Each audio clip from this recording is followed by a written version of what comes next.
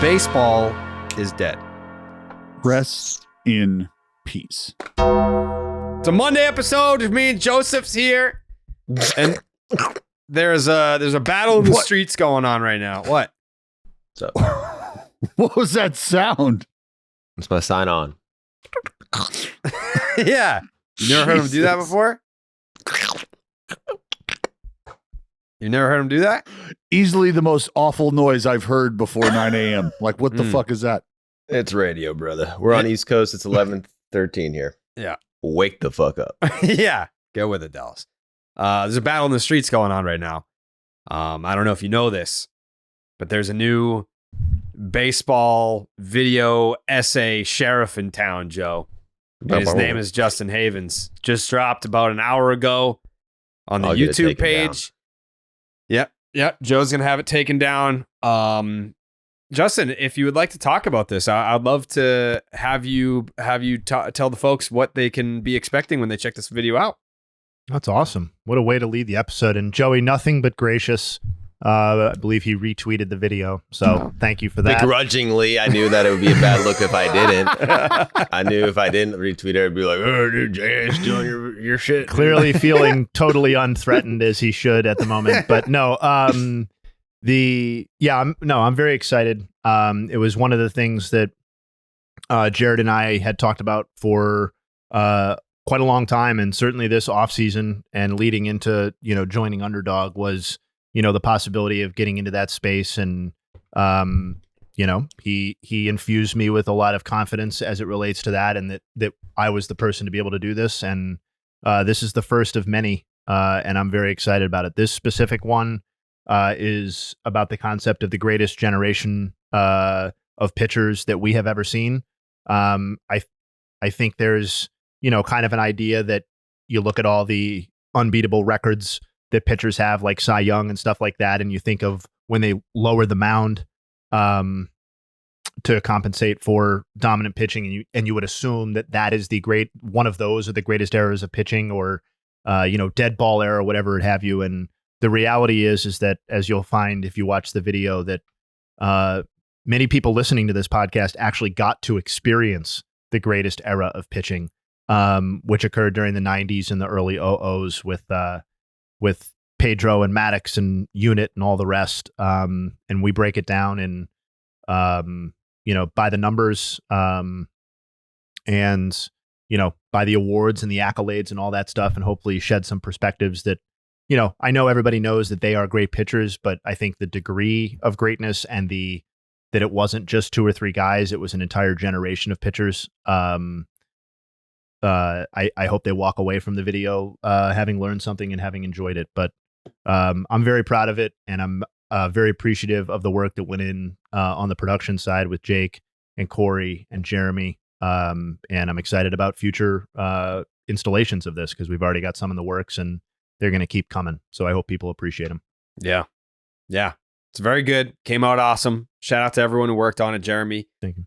Jake, Jayhay. It's on the YouTube channel right now, so go check it out. Speaking of, the generation of great pitchers, we might be in one right now. Paul Skenes made his second big league start against the Cubs again. So he's only faced the Cubs so far. But this was appointment television. This was a start that I think if you missed it, you probably are kicking yourself today on this Monday morning to have experienced this live. I'm pretty sure all of us were live tweeting it as it was happening. I know Dallas, he's the A's broadcaster, but the A's weren't playing at the time. You got to see this live? Yeah, I was watching it in the press box. I was watching it in my booth. Yeah. Were there other people like at your game that were just like stopping what they were doing to watch Paul Skenes? Yeah, I had people sitting because I had my iPad up. I had people coming and sitting in my booth. I had a couple people that came and sat in my booth because they were like, I got my computer up, but is it cool? I was like, yep, all good, man. So just chill, take it in. I promise you're going to want to watch. I promise. Yeah, it delivered. 6 innings, 100 pitches even, 67 strikes. He did not allow a hit. He walked 1 and punched out 11. 11. I his 6 innings of no hit work. I love the idea of making 2 starts and one of them, like, you're like, I don't know what the, like, I didn't give up any hits in the second one. Like, the first one was kind of just getting my feet wet and, getting a feel for what the big leagues is all about. Then I felt like I had a pretty good feel and went back out there. Am I happy with it? No, probably could have been a little more efficient. Yeah, one walk. Yeah. But it's a stepping stone. It's a stepping stone in the right direction for Paul Skenes, ultimately, right? It's just absurd. It's absurd stuff. And I think what was really nice to watch was for a moment in time, for just a brief moment in time, Astros fans were looking at the Cubs fans going, see, bitch, see what it's like? See what it feels like when somebody just shows up and shoves it squarely up your ass like that? You remember what Kerry Wood did to those boys? How about that? That's what it felt like almost, watching the Cubs sort of just kind of flail at Paul Skenes 2.0 the second time around, because that's always the question. Who's going to adjust? Who does this favor? Does it favor the pitcher more? Does it favor the hitters more? When you see a guy twice in 10 days, both times he gets, well, I think he answered that question. Yeah, he sure did. Advantage Paul Skenes. Punched out the side in the first. Did he punch out the side in the second too? Or no? Yeah. Yeah, He the did? best part about his outing, well, not best part about his outing, because the 11 punch outs were pretty sweet. You could go with the no hit part. That was pretty sweet. I like to focus on the fastball that he threw at the end of the outing, because Paul Skenes, and I've noticed people start to do this, talk about velocity trends for Paul Skenes and what things look like. Well, from pitches 45 to 90, the fastball was from 100 to 98 on average. And then back up to 98, pitches 91 and beyond. And the last pitch he threw of the ball game was a 100-mile-an-hour fastball blown by Mike Tauchman. Fouled off, tip, if you will. But it was a hundo, and he couldn't get to it. So it was just nice to see the horsepower at the end of the outing, because I know some folks have commented on that. 22 total swing and misses, 54 total swings. That's a 41% whiff rate for Paul Skenes. The 11 punch outs, 8 of them on the fastball, 2 on the splinker, and 1 on the slider. 11 for 19 first pitch strikes. 95-mile-per-hour split finger? Joe, it's anywhere from 95 to, I think the hardest one we've seen is like 98. But it's exactly what it is. It's a 95 to 98 mile an hour split finger sinking fastball. Splinker. I know it's only 2 starts. I'm just happy after the Jackson Holiday experience that we're getting what we thought we were going to get, and that's not a shot at Jackson Holiday. It's just that there was so much hype, and I think that Holiday is going to be a very good big league player, but we were super excited when he got called up. We were advocating for him to make the big league roster at the start of the year, and there was a lot of excitement when he did get called up. And that ultimately was a major letdown for all parties involved. But with Paul Skenes, we've been talking about him for over a year. Like before, like we were talking about him pre-draft, that he gets drafted and then he carves up the minor league system, and then he makes his big league debut. The first outing, it was still an event. It wasn't this. Start number 2 was like the holy shit, like this, it's for real. So when you think about young players coming up, one of the first things that I consider is from a position player's perspective. They have, and when I say one swing or one approach, what I mean is they are just one person, and you can study their approach, you can study their holes, and you, like, say I'm a guy who's going to be facing Jackson Holiday 3 starts from now. I have the benefit of watching him perform over those weeks leading up to him being fed to me. Jackson Holiday has the same opportunity to watch video of guys that are coming down the line, but his focus is central, right? On the guys in front of him in the moment, right here, right now. Paul Skenes doesn't necessarily have to adjust to anybody or adjust his game to anybody. He's taking his game out there and plopping it down on the table and saying, this is who I am. This is what I've got. You're not You'll be adjusting to me. I'm not adjusting to you. It's very different stuff. But Jackson Holliday's case, he comes up and he has to adjust to guys who are now throwing 98 with regularity in this upper part of the strike zone, where he was able to feast and take advantage of guys who did not have 98 and who did not have the command that these guys have in the big leagues. So once he got to the big leagues and was facing, on average, stuff like Paul Skenes features, obviously just a little less, things were very different for him because he had to adjust to multiple people's attack plan. So whether it was a guy who had a great changeup against left-handers that he was getting diced up by, or a guy who had a great slider or cutter that he was able to run elevated up under the hands, he was getting diced up by. Paul Skenes has not had to make that adjustment yet, albeit against the same club. But those are just two different approaches. I think one way to look at it for a position player as opposed to a pitcher, and the excitement that they come with and what they have to deal with when they first get to the big leagues. For What do you see comparisons, Skenes' quote? what do you say? Go ahead and adjust. Good luck. He said that. Yep. Dude, this guy's kind of an asshole. Do you feel that? Skenes is kind of a dick. Yeah, I like And that though. You can see it because you can tell he's trying to tone it down first couple starts, but he wants to just scream at their faces after he strikes them out. You could tell, dude. That's coming. It's coming. But for comparison's sake, Paul Skenes' second start against the Cubs was a game score of 82. Someone that we're going to talk about in a few minutes here, Shota Imanaga, has arguably been the best starting pitcher in baseball this year. He has an 0.84 ERA in the whole season. His best game score in the whole season is 77. He did that twice. He also has a 75. So Paul Skenes' second big league outing is better than any start that Imanaga has had in his big league career so far. Yeah, I mean, you don't give up any hits and you punch out 11, you're off to a pretty good start. Mhm. You go ahead and book that under quality starts. Yeah. 6 no-hit Yeah. innings in the big leagues with 11 wipeouts, it's a quality start. Yeah, it's pretty good. Pretty good.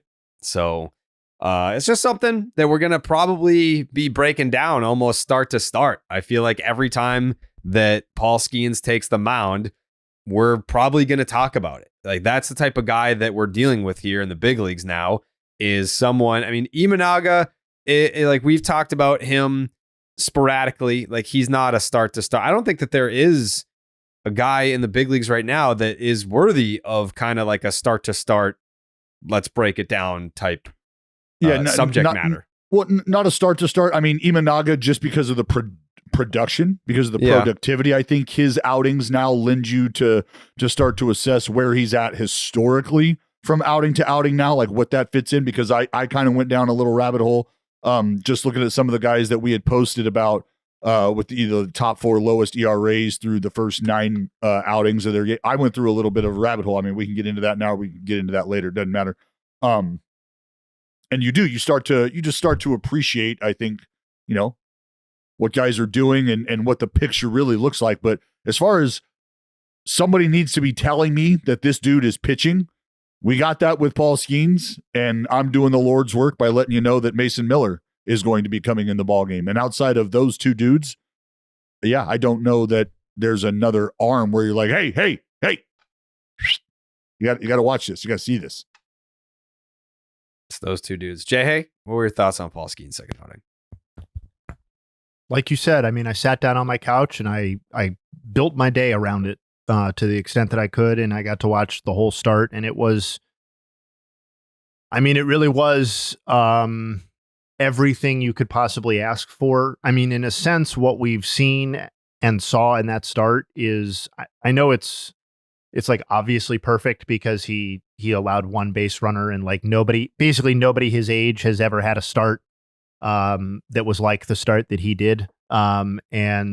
But he's also, like, just to add to the things that you guys are saying, like, not only is like the fastball split obviously dominant, but like even the pitches that have been used less frequently and with less success, admittedly, are generating swings and misses at an incredibly high rate. Like, he has all 4 of the pitches that he's throwing come with a 30% or better whiff rate, which is like, I could do the research. I'm probably just going to tell you that nobody else has that. And whether that is sustained is probably unlikely, but we know he's got 2 super awesome pitches. You just have to watch them. And maybe there's more in those other pitches than in terms of the like hits allowed and some of that kind of stuff than what we've seen so far.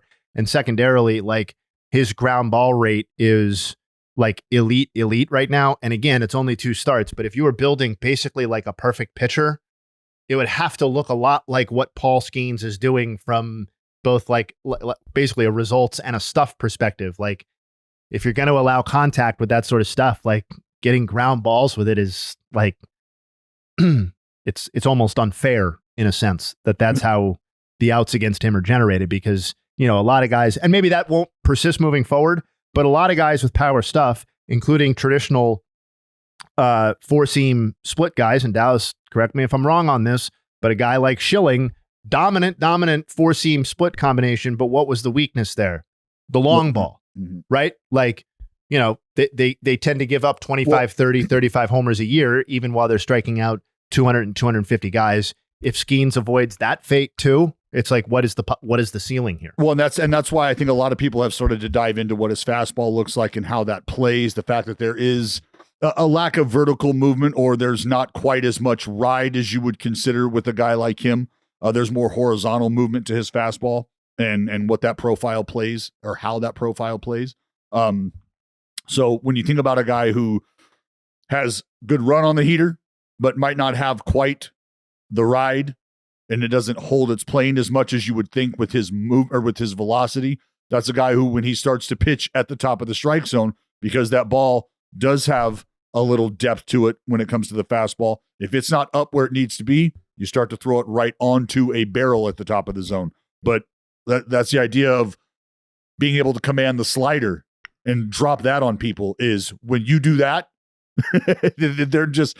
they got to cheat a little more to get to the top of the zone against you. And he will be an interesting guy. Like, I don't know if you got bookmarks or what you got, but he would be an interesting guy. If you have found some of the bat tracking data interesting, he would be somebody to bookmark and watch and just note how guys approach him and whether or not there's anything there, right? Because remember, the first day that this became public, I told you that you're going to be able to go and look at guys who may or may not be deploying a 2-strike approach in baseball. And I believe Mike Petriello just dropped an article about guys in the league who do have a 2-strike approach. And what we see across the league is there is a reduction in swing velocity with 2 strikes. The fast swing rate, swings 75 miles an hour or greater, those actually do go down with 2 strikes. So he would be a guy, it'd be interesting just to watch and see if there's a different approach altogether with his stuff. Yeah. You got a thought, Jay? I was just going to say, like, you know, Skenes is the only guy we're going to go this granular for on a start-by-start basis, at least until he proves it's not worth it. But, like, you know, I'm interested to see from here, like, what does his pitch usage look like? Because, again, only 1 start, but, like, he definitely leaned into being a closer to a 2-pitch guy in the second start. And listen, if your pitches are working like that, it's like, why fuck with it to a degree, right? But, like, he definitely de-emphasized the slider relative to his first start. And not coincidentally, probably the slider was arguably his least effective pitch in that first start results-wise. So, I don't know. It's just going to be kind of a cool ebb and flow to track and see, you know, what makes him the most dominant or what the best mix is for him. But it was an absolutely incredible viewing experience, subjectively. Because then, Jayhay, from there, what you start to find out, and we'll be talking about another fella. Oh, yeah. Jays fans, you think I didn't notice? You think I didn't see what happened with Alek Manoah, Jays fans? But they're already talking. They're already diving into his pitch usage. Oh, is he flipping the script on people? Is he going into his next start thinking about what he did in his previous start and saying, I'm not going to be game planned for. You're not going to predict what's coming. And if I can feel these swings early, if I can feel this approach early, I can change it. And that's something also to watch for Paul Skenes, just because it will be his 3rd start. If you start to see an offense aggressive against the fastball early, does he notice that? And does he start to try to go to the slider earlier than maybe he needs to, just to get guys off of hunting the first pitch heater. So the way he evolves and the way he starts to pay attention to how he's being adjusted to will also be really interesting, simply because he has elite level stuff that guys are game planning for. If you're keeping score at home, Paul Skenes' next start will be Thursday against the San Francisco Giants at home. It's a 12:35 Eastern start. So, unfortunately, if you're working a desk job, you're going to need to get yourself an MLB TV account. Check in with Paul Skenes. TBD against the Giants starter TBD, but it doesn't really matter. We're watching for Paul Skenes. Good chance that's going to be a free game too. Yeah. So, Yeah. Good call, Joe. The Underdog Fantasy app. It's the easiest place to play fantasy sports.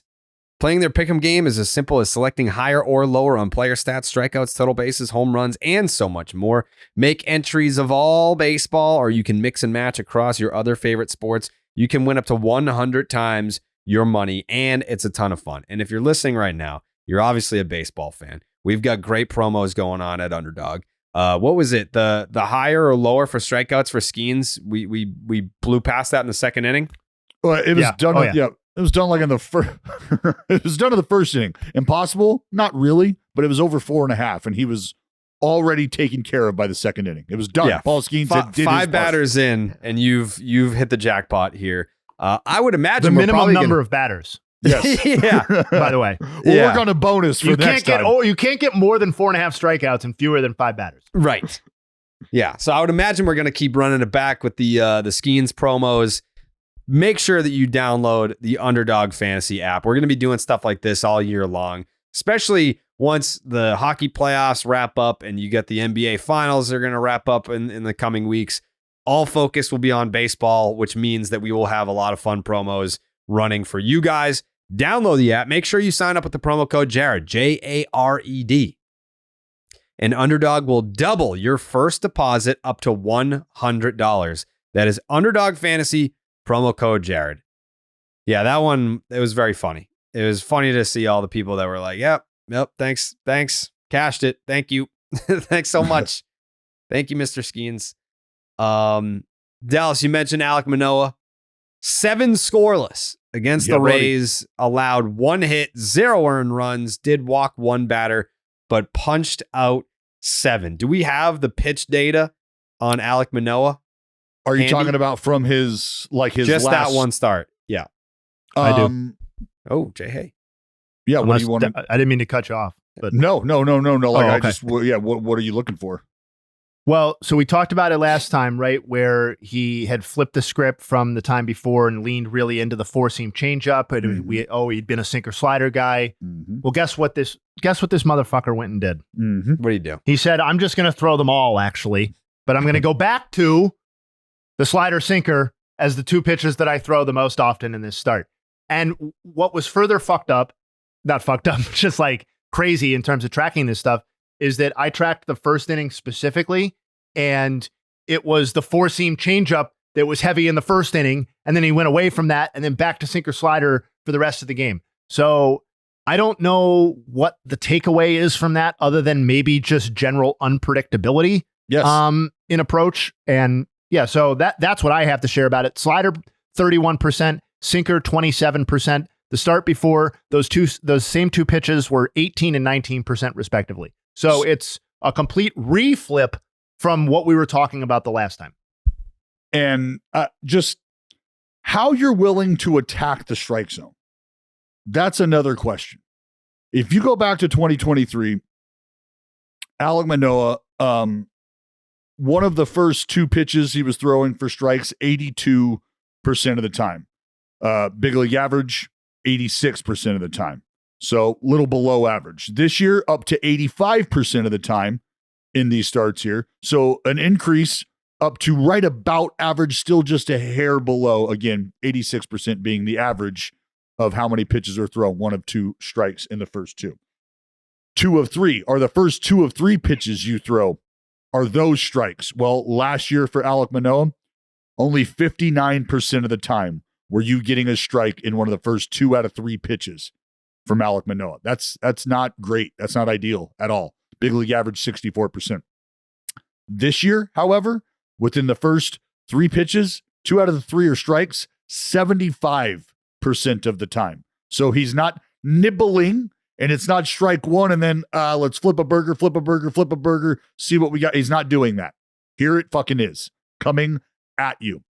The 1-1 count I talk a lot about just because of how much things can change for guys who don't have super elite level stuff in this count here. And this is where we talk about, Jayhay, predictability. Because if I'm constantly falling behind or I'm unable to convert in this count, there's a good chance you'll be able to track what I'm using to get myself back into this count consistently if I'm failing to do so. Well, Alek Manoah, converting 1-1 to 1-2 in 2024, he's doing that 80% of the time, which is a huge step up from just 53% of the time last year.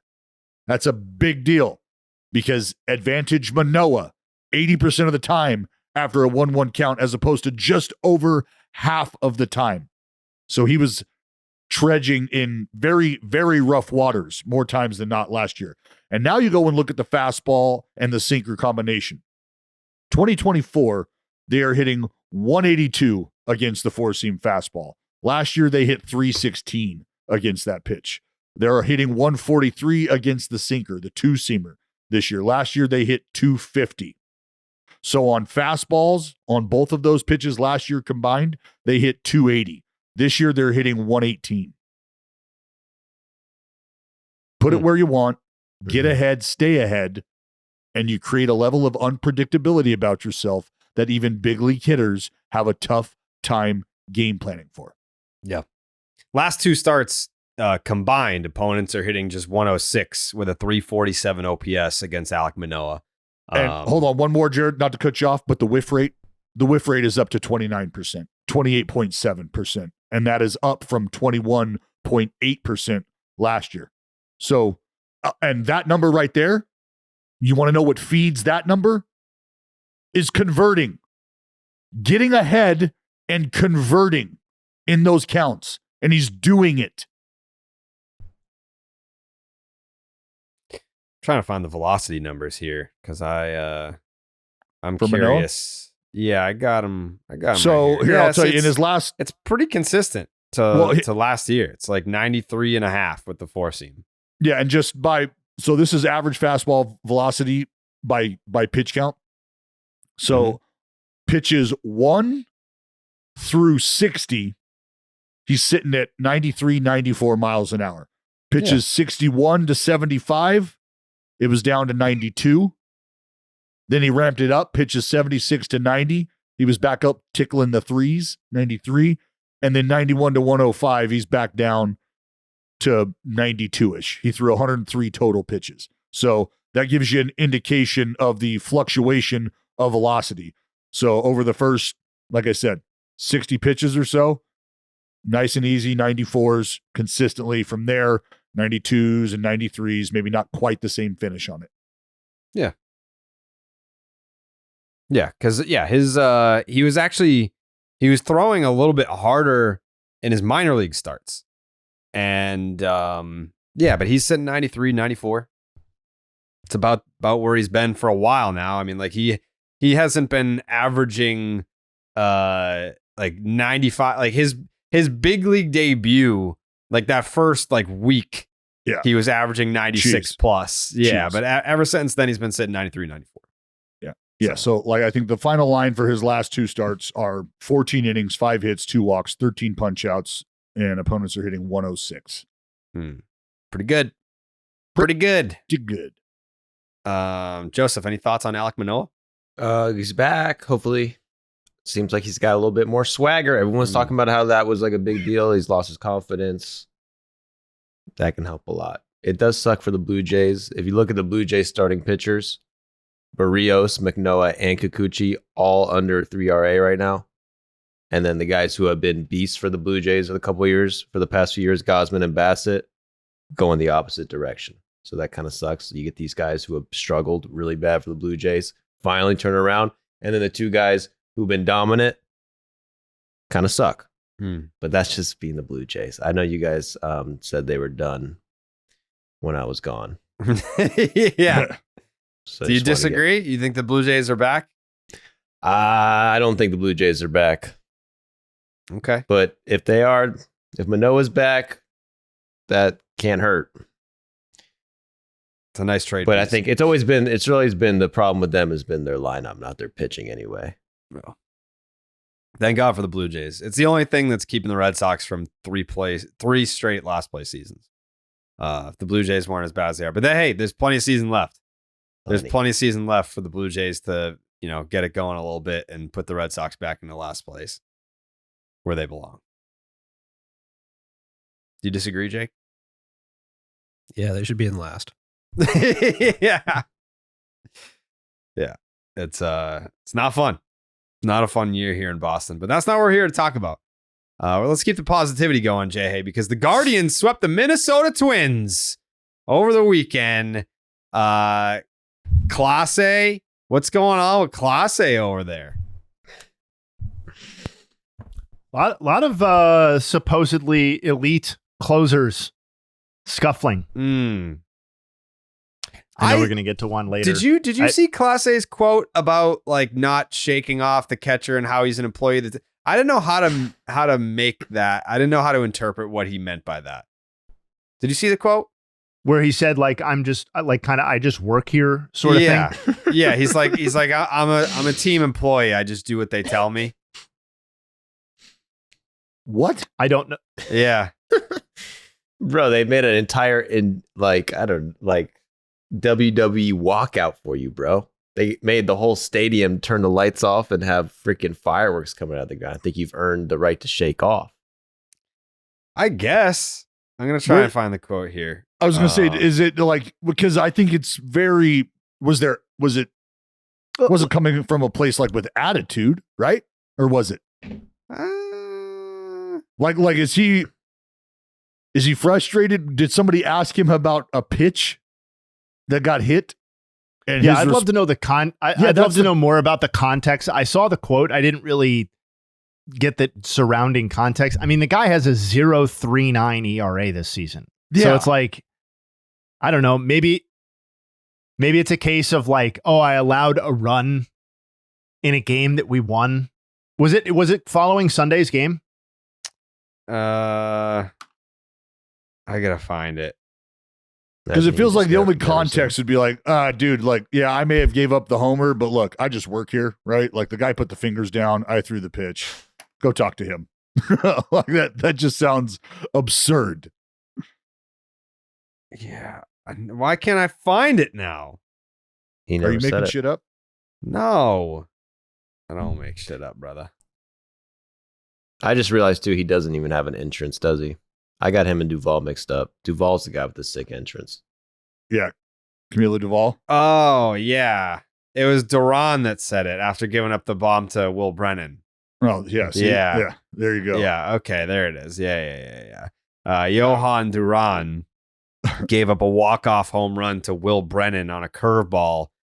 Duran said he wanted to go fastball. Quote, "It's not my decision. I thought he wasn't good with fastballs. I'm an employee here, so whatever I need to throw, I need to throw." Whoa. No, dog. Nope. No. What do you mean? Like, I mean, if that, all right. So what's your take on that, Dallas? My take is the baseball is in my hand. The ball is in my hand. And we will get together and talk about the work that needs to be done and how that could potentially go based in a perfect world scenario. All things being in favor for us, this is how we would go about it. Well, when things don't go according to plan, what are you going to do to get yourself out of the mess you might find yourself in? What are we doing? What are we doing? Because for me, it's, correct me if I'm wrong, doesn't he throw that pitch more than he throws any other pitch? I don't have that data in front of me, but throws the curveball 35% of the time, the four-seamer 34% of the time, and the split 30% of the time. So that's this season at least. Last season, four-seamer, 44% of the time, easily his most used pitch. Sure. And where was the curveball in conjunction to that, Jayhay? It was still up there with the splitter, was it not? Yeah, 27% curveball usage last season. So he's upped it this year, but still used it a lot last year. So all this tells me is that it was emphasized, hey, this might be the one to go to. And maybe he's kind of led down that road. And instead of saying, damn, I wish I would have thrown my best pitch, I wish I would have stuck with my fastball, I was beaten on something other than my best pitch. And that's the frustration that's coming out of that. Like, what do you want me to do, man? The scouting reports tell us that that's the pitch to go to in that spot. Did I want to throw it? Not really. Was it told to me that I should throw this pitch, that this will be? Yeah. And did I throw it? Yes. And then the conversation after the fact is always this, Jared. Did you believe in it? Because if you didn't believe in it, and if you weren't convicted in it, buddy, that was the wrong pitch to throw. That was just the wrong pitch to throw. I don't care what your numbers tell you. If you don't believe in that, there's a solid chance there's going to be a lack of execution that ensues. Well, and I didn't realize this at the time, but it's sort of, it does make sense in a way, because it looks like, yeah, so he blew 2 of the 3 games in the series, right? Mm-hmm. And on both of those, like, basically blown game pitches, it was the curveball. There you go. So there's some probably residual frustration from Friday's game, that the same pitch resulted in kind of not the exact same result, but the same idea as far as he was concerned in his responsibility. Yeah. And this statement would lead me to believe that there has been an emphasis on this approach for him specifically. And what happened was he probably didn't believe in it the first time around and went with the program and got bit and was like, well, what the fuck? I don't want to do that. I don't want to do that again. And then they find themselves in the same spot or a very similar spot. And they're like, remember? Give me the hammer. This one's going to be better this time. It's going to be better. I promise. It's going to work out. Fuck. All right, here you go. I just work here. Whoop. You don't want the huno? That's fine. You don't want the splinker? That's fine. You want the curveball? Here you go. Here's a curveball. Whack. How do you feel about that? And those are the only 2 homers he's given up this year, by the way. Yeah, that's a dagger. That's exactly what happened. Yep. The scouting report did not match up to the execution, and there was frustration. It makes sense. I mean, you throw a 104 mile per hour pitch that he throw it like the nastiest pitch in baseball, and you don't throw it and give up a home run, you're going to think, maybe I should have thrown the 104 mile per hour pitch that no one hits. Joe, that's why my favorite human being ever in the pitcher's room in scouting report meetings was Alan Embry. Because he would just sit on a couch. He had his own couch. You just sit on the couch. He had his own couch. Well, it was just like a 2-person love seat. And he would always be in there, and he would just like have his feet up, Like we had plenty of room to sit. It's not like he was like, don't sit here. It was just him. Fuck, he's fucking 14 years in the fucking game, bro. World champ. Like, what are you telling this dude? He's fucking 83 years old, blowing 95 at the time. Like, you're not telling Alan every shit. But he would always just sit there. He'd have a huge chew in, and he'd be doing the fucking crossword puzzle or whatever. Like, maybe make eye contact with 2 of us during the entire meeting because he was just so uninterested because he would just say this, Joe. He would go, sink it low, make it move, power arms, can't elevate, stay out of the middle, go get him.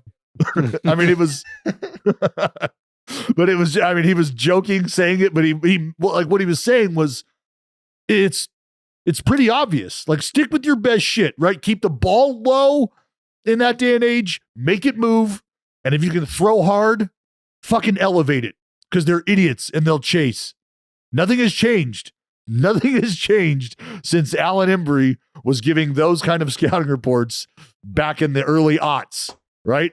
The only thing that changed is hitters have now tried to swing up and hit those balls out of the park with more regularity, which means sink it low, make it move, power arms, can elevate, stay out of the middle. That's crazy that like Alan Embry just took over the A's clubhouse at one point. Like he was like the fourth best Red Sox. I love Alan Embry. Got the chance to meet him, but like when he was on the Red Sox, it was like the fourth best reliever. Dude, well, it was the other part that would be great is, like as a starter, we're being sent up and down sometimes to the clubhouse to get shit for guys. Hey, go get another glove, or hey, I got a new pair of batting gloves or whatever. So you go up there, you go up to take a piss or whatever, and Embry is sitting in our clubby's office, fucking feet up, playing Minesweeper. Or like Spider Cell or whatever. It's the sixth inning. Like there's a solid chance he's gonna be pitching within an hour or so. And he's like, call me. But it was his whole approach. And this is the one thing he told me when we were down in the bullpen. Said, look, you're left-handed. I'm left-handed. Let me tell you a little secret. When the phone rings, you're fucking ready. Got it? You don't need to throw your warm-up pitches because you're gonna get those. And you're going to get more out there on the mound. Do you understand? Your job, your sole existence in this life as a left-hander, mopping up shit like you're doing right now, is to be ready. Got it? So when that fucking phone rings, I want you to wave your hat and you let your bullpen coach know that you're ready because you're going into the game. Got it? Got it. No problem. So from then on, every time that fucking phone rang, and he looked down at me, I would just do this. Yeah, I'm good. Tell him I'm good. Get up and fucking throw 4, get into the game, get your 6. Here we go. You know what we were robbed of, Jayhay? Dallas's injuries in the middle of his career robbed us of grizzled veteran Dallas. Like just being that fucking old curmudgeon sitting in like the fucking the bullpen out in Cincinnati, just yelling at all the young players to do it how he did it when he first came up. I got to tell you, we did miss that. We got our own version though, because it was basically just the podcasting game for him was that retirement tour. Yeah. And so think about like all those times like where he was like, the fucking internet, God damn it. And, he's like, freaking, like that's basically, that was our version. Like we got it. We got that. It was cool. Yeah. I'm doing what you told me to do. I'm doing it. See, I took a video. It's not me. It's the fucking computer. This fucking that was internet. The crusty. The fucking wires. Fucking Pete. I'm telling you right now. I play for free at some point in time because I have broken so many iPads. I've fucking kicked a Rapsodo. I mean, we're still experiencing it. I'm pretty sure I wasn't paying close attention, but I'm pretty sure before this podcast, Jake was asking you to send him a video and you were sending him a photo.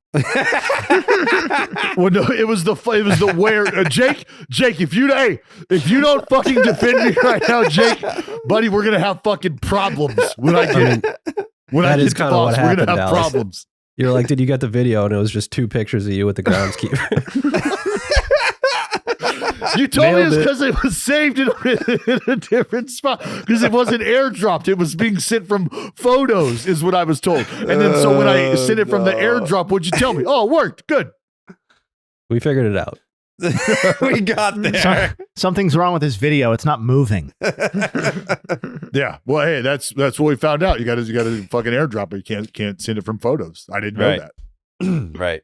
Yeah. No, we were robbed. I didn't send a photo. God damn it. I sent a video. I just need that to be clarified. Sure you did. Sure, Grandpa. What if you could, obviously you would choose Oakland, but if it weren't Oakland, which bullpen, because you're what, 40 right now? Yeah. You could still, in theory, you could still be doing it. Like this is like a, sure, like an Embry age, I guess. Yeah. What bullpen would you love to be sitting in, overseeing as like the emperor of the bullpen right now? What do you mean? Like just like roster wise, or you just mean like this group needs me? Well, where are you sitting? Well, I don't know. I mean, I would have to, because you got to understand, like my role as the left-hander in the bullpen, like especially at 40 years old, especially with my shit, like I am there strictly for moral support, right? Like that's what I'm there for. I'm there when it's 8-0 and the kid that we just brought up pissed down his leg.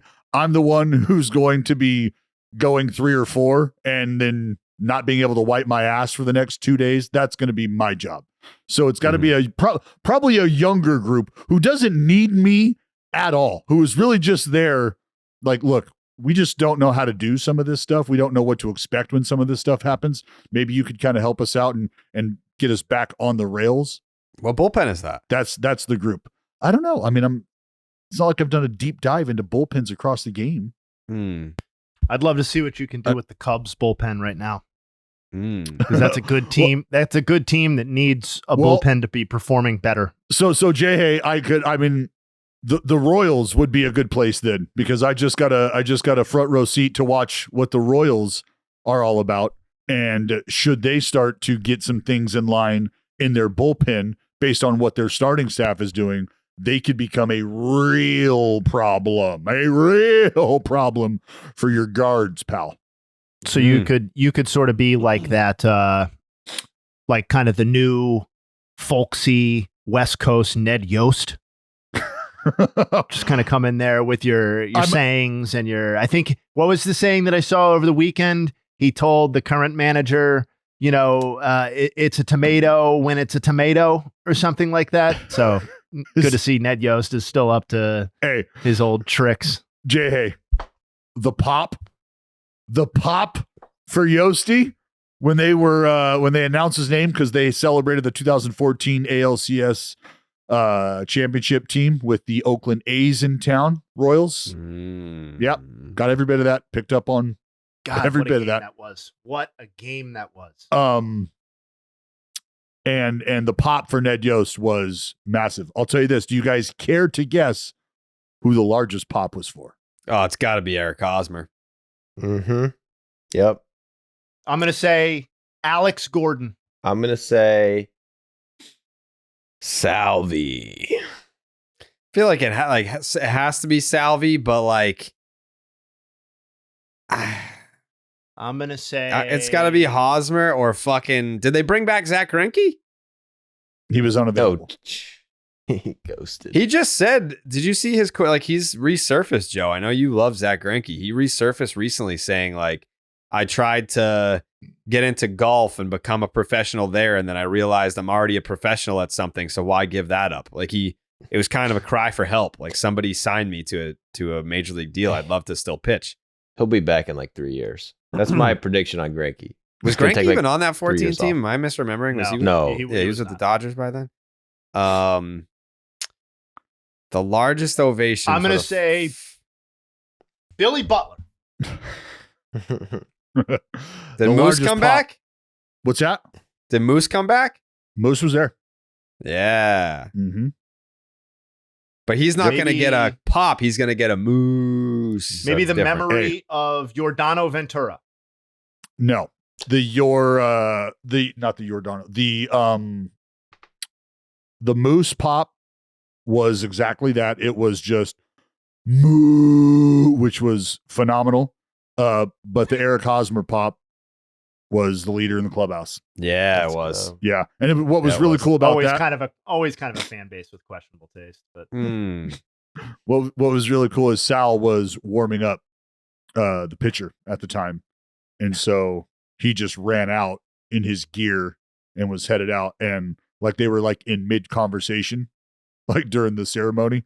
And Sal just came running out, and like you just hear the guy talk. He just went away, and the crowd just like, it was pretty sweet. My question is, why celebrate the 14 season when you lost? 10 years ago. You got to wait. I know, but why not wait till next year to celebrate the World Series? They'll do that too. Why bring everyone back? Why do you hate money? That is extremely cynical. That's not where I was going. I hardcore disagree with that take. Why? Especially have higher standards. No. 29 years? You 29 fucking years? Celebrate the 14 season. If you don't win in 15, it's like, yeah, I mean, I guess this is all we got. So we'll celebrate this. You won the next year. You can have a big celebration next year. No, I completely disagree. I think World Series appearances and pennants absolutely need to be and should be celebrated. And it's that so I think one of the great tragedies of modern sports is that we don't appreciate those sorts of achievements anymore. Like I feel like they were appreciated in the past. Where Spoken like a true Guardians fan. Well, that's fine. I have my own frustrations with that, but I think didn't get my trophy. I showed up. I was here. No, it's the rings. Who has my trophy? Yeah. It's the rings culture. It's the rings culture where it's all reduced to did you win the championship or did you not? And I think there's real joy and like satisfaction to be derived out of an ALCS like championship and a fucking AL pennant and a World Series appearance in what happened to be a fantastic World Series as well. Like I think that should be celebrated. And I think particularly when you're talking about a franchise that has a very narrow scope of success over the last like basically 40 fucking years. Like post George Brett, what have they been celebrating? It's these 2 seasons. And that's it. And Jayhay, as a fan, and this is like the romance side of it, as a fan, like you've bled and sweat with this group, right? Or groups leading up to this For point. sure. You've supported them. You've ridden the highs. You've hung in during the lows. And so it's an acknowledgement that you've been here as well, because we're doing this for you. We're bringing the fucking players back and we're having them appear and we're having them talk and we're doing VIP meet and greets before. Like it was a 3-day bash. Like they had a huge gala and everything leading up to this the night before. So it's 100% about supporting or showing appreciation for the support from the fans who helped this organization along.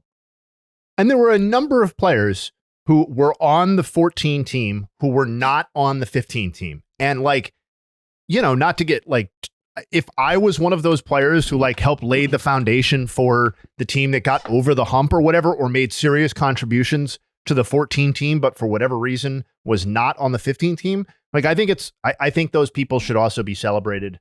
And I'm with it. And Kansas City showed the fuck out during the celebrations and the parades for those teams.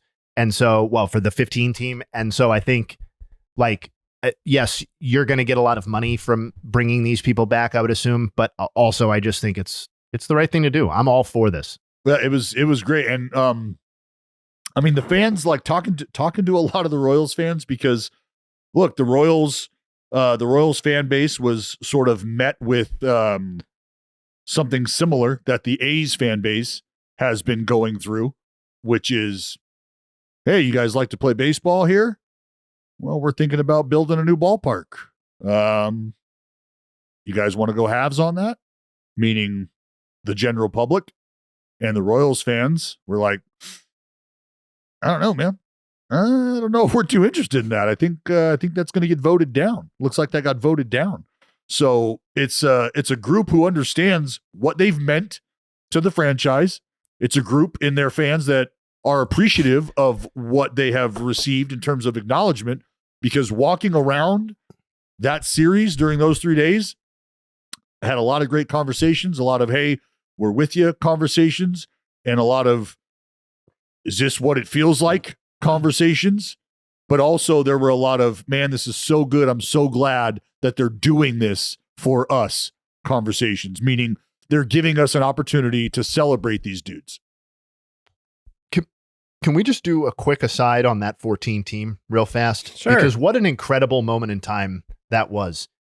Not a single player on the team hit 20 homers, and not a single player on the team who was a regular contributor had even an 800 OPS. And this is not me slandering the team. I think they were a very unique viewing experience for what they were. And we all know why they were good. It was because the bullpen, first and foremost, the rotation, secondarily, defense, probably even before the rotation. But the incredible, I don't think we'll ever, unless baseball continues heading in a very dangerous direction with the state of offense, I don't think we're ever going to see a team, at least anytime soon, that had the offensive profile that this team had win the World Series. It was just like, you had Hosmer, and we joke, but like, you had a first baseman who had 9 home runs. 9 home runs and a 716 OPS. Your leader in home runs was Alex Gordon with 19, and he also led the team with a 783 OPS. There was one dude. Oh, they must have had a lot of dudes who hit 300. No, they had one dude who hit 300. Locaine. That's it. It was just incredible that, like, I know they didn't win the World Series, but they came so goddamn close. And then, to the surprise of just about fucking everybody, came back the next year and we're like, oh, we're actually better this year and we're going to win the World Series this year. And it's just like, I don't know. Those 2 seasons, maybe because they're surrounded by such awful, awful baseball on both sides for the Royals, and I can only imagine how it feels as a fan. But like, I think they should be celebrated, and I think they're a very, very unique combination of teams within recent, basically post Whitey Ball, Cardinals era 80s baseball. Like, we haven't seen a team like this, and probably won't for a long time. And this is a team that represents, or sort of looks like, what baseball teams in the future could get back to looking like if we're trying to identify offense, but identify that offense that isn't selling out to one extreme or the other. Like, can we get a good mix of both here, where you're not completely defunct of power and you're not just somebody who's going to have to hit 9 singles in an inning to score a run either? Like, can we find the balance in that? Because a guy who got probably the 3rd biggest pop there when his name was announced, Gerard Dyson. What? Yeah. I was going to say Jeff Francoeur. Gerard Dyson. And I mean, why would he get that love? Why would it? Because they appreciate what he was there to do. They knew what he was there to do. He knew what he was there to do, and he did it. But I think that this could be because what the pitching staff did on both sides. You know, 2 guys. And when's the last time? I mean, it's probably not as late as I think. But when's the last time that a rotation has featured 2 guys with 200 innings? I'll tell you that in a second. I feel like it's the Giants. I like, even the rotation though. Like, yes, it was good. It wasn't great though. Like, did they have any serious Cy Young contenders that year? I don't think they did. No, because who was it? It was Shields. I mean, it was Shields. I know it was Shields, Guthrie, Vargas, and Giordano Ventura. I'm trying to think. Duffy was the 5th starter. Yeah. He made 25 starts that year. But, like, you know, Shields objectively had the best year of this group and finished 18th in the MVP and received not a single Cy Young vote. So, sorry,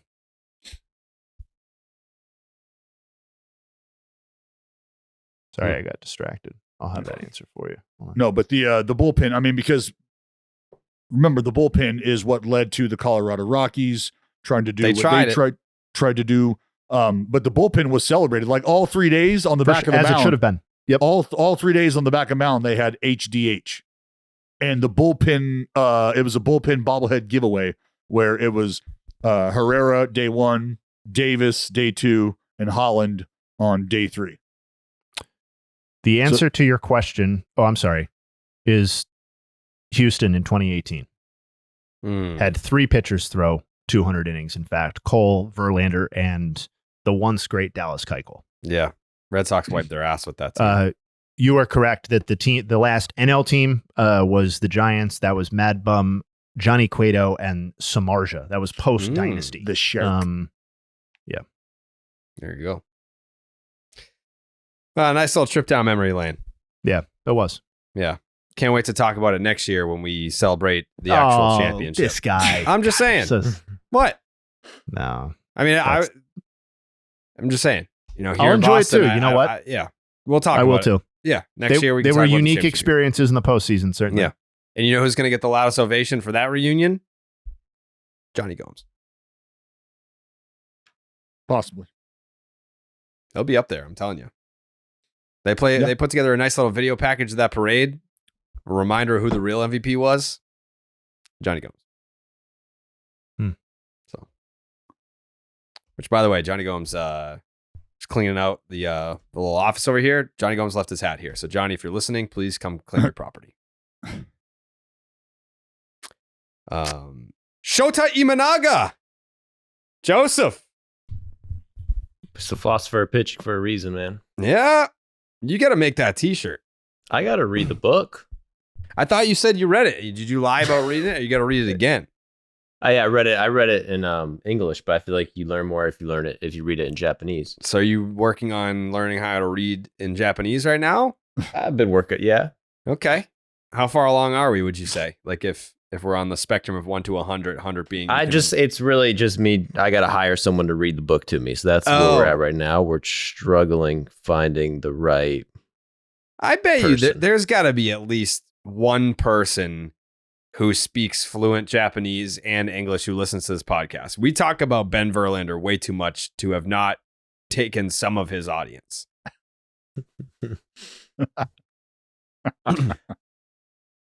I think that would be a good challenge though. Like if next time we do a bet, loser has to read Ibanaga's book.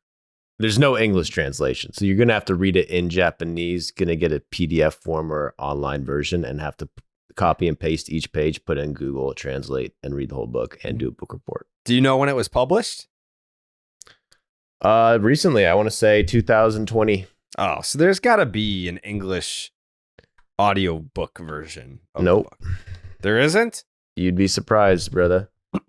A lot of books don't have translations. A lot of books aren't even audiobook form yet. But with AI, and come on, we could probably get something figured out. Mm-hmm. Also, I feel like now with his success in the big leagues and becoming a star in America, it's a money-making opportunity for him and his publishing company if they were to translate it into English and make an audiobook version of it. We got to contact the publishing company and tell them that there's a demand for this. Why? Why don't we just do it under the table? Yeah, Well, I mean, come on, we do it, can't. We could bootleg it for sure. Mm-hmm. All right. Maybe that's what we'll do. We'll have someone translate the text to English, and then Joe will read the audio book that we'll record, and it'll just be like, the philosophy is to throw a lot of strikes, but if you also have to mix in some balls too. But Yeah. Listen, motherfuckers. yeah, you can throw one of those in too.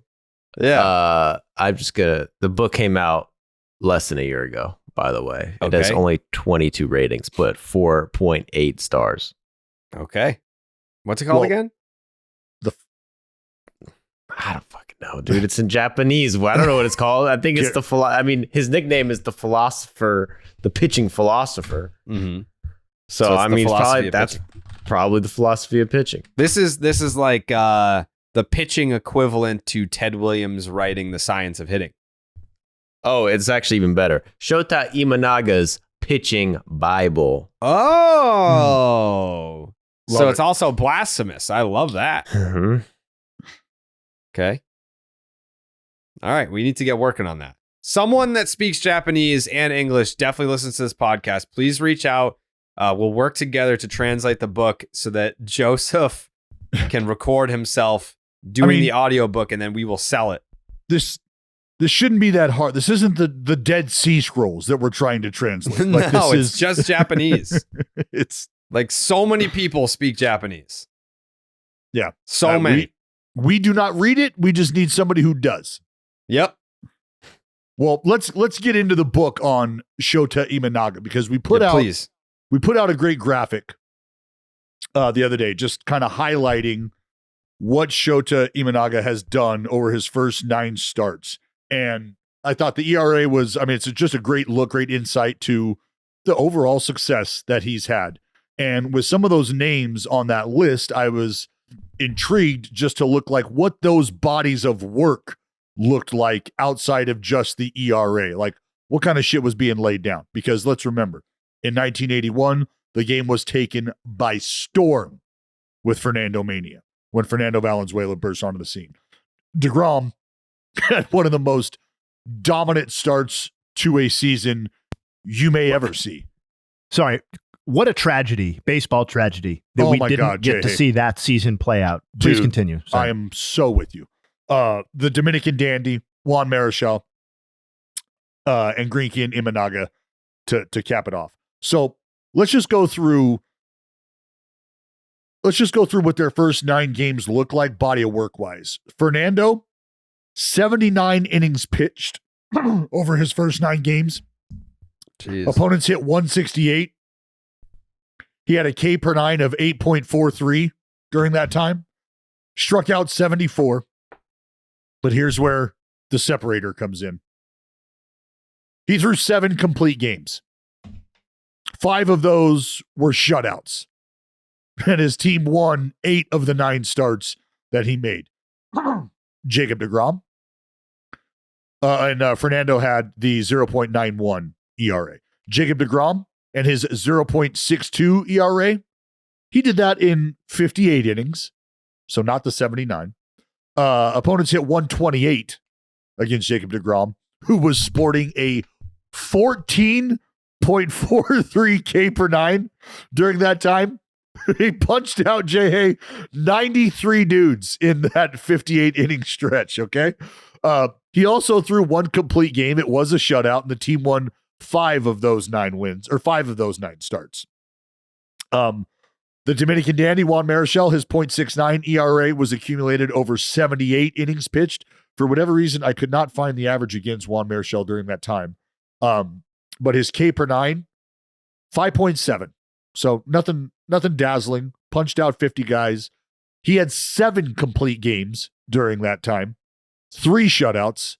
The team won 8 of those 9 starts he made. Zach Greinke and his .82 ERA was done over 66 innings. Opponents hit 203 against Greinke during that stretch, and he was featuring almost 10 punch-outs per 9, just under at a 9.95 clip. Punched out 73 dudes. Zach Greinke had 4 complete games during his first 9-game stretch. 2 of those were shutouts. The team won 7 of those 9 starts. And as we know for Imanaga, the 0.84 ERA over 53 2/3. Opponents have hit 200 against him up until this point. A K per 9 of 9.73. That means he's punched out 58 guys in that 53.2. He does not have a complete game. He does not have a shutout. And the Cubs won just 5 of his starts. So that is what those bodies of work look like outside of just the ERA number. And for Imanaga, his strikeout total, he's got 28 on the split, which is more than any starting pitcher is featuring on that pitch to date. 27 on the fastball, 3 on that slider, the sweeper, if you will. And opponents are hitting 164. Pretty good. Pretty good. I still have the page pulled up from his we were doing the comp to Skenes with the game scores. I mean, this dude's so I guess like I've said this before. I wanted to see like a statistical analysis on how and why, because I don't have like the pitch data or anything like that from when he pitched in Japan. How did he go from someone who allowed the most home runs in the league to then, in a lot of his starts, allowing more ground balls and fly balls and having a sub-1 ERA through 9 starts? What's the difference in pitch usage? Like kind of like what we just did with Alek Manoah. I would love to see some sort of statistical breakdown to see the science behind that. There has to be some sort of philosophy change, because at one point, if it was 1 or 2 starts, you would say, all right, they haven't seen him before. They're adjusting, and the league has to make adjustments. 9 starts, it says to me that he's doing something completely different than he did in Japan. Well, it doesn't have to be necessarily different than what he did in Japan. You also have to consider the average skill level that he's dealing with, that he's facing, that he was dealing with there, and what is changing about that. Maybe just approach what is changing. Because I always think about a guy who's coming over here and features the combination that he does, that hard fastball or that fastball that's at least holding plane. And I mean, it's not overpowering per se, but when you start to take the profile of the pitch and the command, now we can start to have a conversation about how overpowering this is, maybe deceptively overpowering, and then working that fastball at the top of the zone, the split at the bottom. That's something we've always talked about with guys who like to elevate the fastball is do they become susceptible to the hard contact up in the zone? Do those turn into home runs? And I'm not even sure where I would be able to go and get pitch tracking data from Japan. Right. Yeah, It because- must exist. Oh yeah, it exists. There's no doubt it exists. I mean, you know, from there you just start to look at why he's getting, or like the ground ball numbers on his repertoire, right? Split finger, fastball, the sweeper. Because I mean, the curveball gets flashed. It's not a huge pitch for him. Joe, it sounded like you got a thought. Did you have a thought on that? Just a pitch track. I know. I'm pretty sure in Japan, not every team or stadium has the Track whatever it called. Yeah. So I'm sorry, you might not be able to find it. That sucks. I want to know. But That would Dallas is be right. that would be Somebody very has it. intriguing to know. Like, is there a complete change in philosophy? Is this just an unfamiliarity with what he brings to the table coming over from Japan? I'm curious. That's the first. That's where I start. Is the unfamiliarity. Is you're just seeing stuff that you haven't seen But before. You're 9 seeing, starts with a sub-1. I mean, like, even Dallas, like, we but as a Jared, team say you're- the A's haven't faced the Cubs yet, right? Like, the A's haven't seen Imanaga. So, all right, you guys don't have to face him to have a game plan because you guys are looking at all the same data that we talk about on the podcast, pitch usage, sequencing. You're looking at video. So you don't even really have to see him. And now they got these fucking pitch machines where you can just like go in and basically see the pitcher anyway. Yeah, you can well, see his not- release point and what the movement is on his pitches and all this shit. There's 2 of those in North America. So it's not like everybody has them. Are you sure about that? No, I'm not sure about. There was 2 of them when they first came out. Yeah, and there's that was definitely more now. That was a few years ago. Yes, but not every team has. Not every those. team has them. Definitely And not so- the A's. And so when you talk about exposure to these elements, like you can say, oh yeah, it's been 9 starts, but I mean, I have to look at his outings. Outside of the Pirates, has he faced a team twice? I do not believe so. Seattle, San Diego, Pittsburgh, Mets, Marlins, Dodgers, Rockies, Boston, Braves. I don't even think he's. So Has he even seen, faced this? Yeah, hasn't he even hasn't seen faced this Pittsburgh twice. He hasn't seen the Yeah. same team twice. Right. Let's just revert back to the conversation we had when the sticky stuff was introduced and what were hitters telling us, right? Everything that I've known, which is this stuff just looks different, dude. Like these are not fastballs I've ever seen before. So hitters, they put the bat where the ball's going to be, and they can anticipate that because they have a Rolodex, a lifetime Rolodex of what these pitches are supposed to do when you talk about this sort of velocity. Well, he is an outlier. His stuff is an outlier. It's performing in ways that guys just have never seen. They're not used to seeing stuff like this. So first time through the league, first tour through the league, they're seeing shit that they've never really seen before.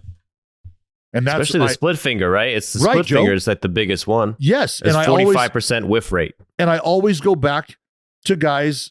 I always go back to the Ohtani outing against the A's, his very first outing. He was dotting up 101 on the bottom of the zone and then a split right off of that. And you were watching some of the grossest swings you had seen taken in a long time because guys had never really seen shit like that. They weren't used to being attacked with 100 miles an hour at the bottom and then a split disappearing off of that with consistency.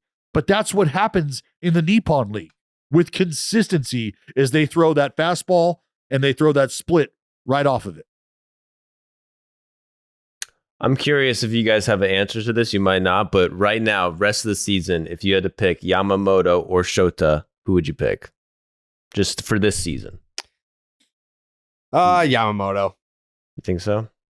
Yeah, I mean, I buy into the whole, like, you take out that first start and then look at what his numbers are compared to what they were in Japan. They're almost identical without that Korea start.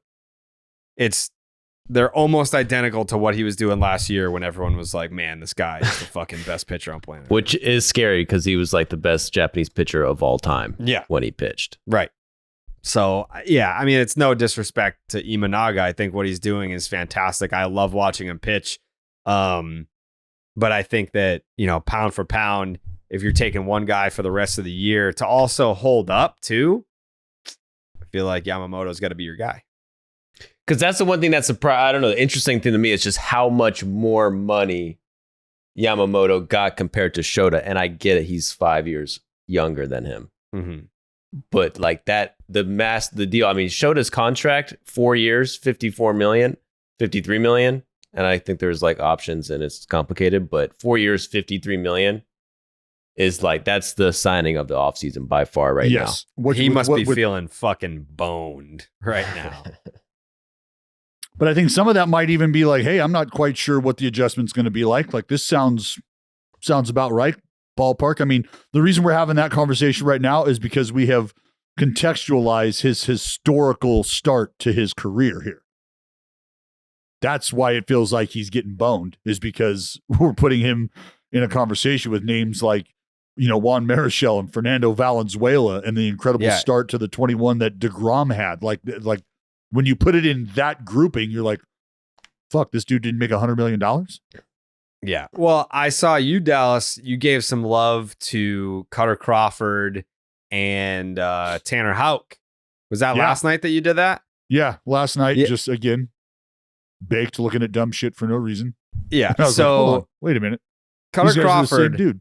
Yeah, they've got very similar seasons. Cutter Crawford has made 10 starts and has a 2.17 ERA. The Red Sox are 3-7 in those games. Shota Imanaga, he has a 0.84 ERA in 9 starts. Want to take a stab at what the Cubs' record is when he pitches? Undefeated.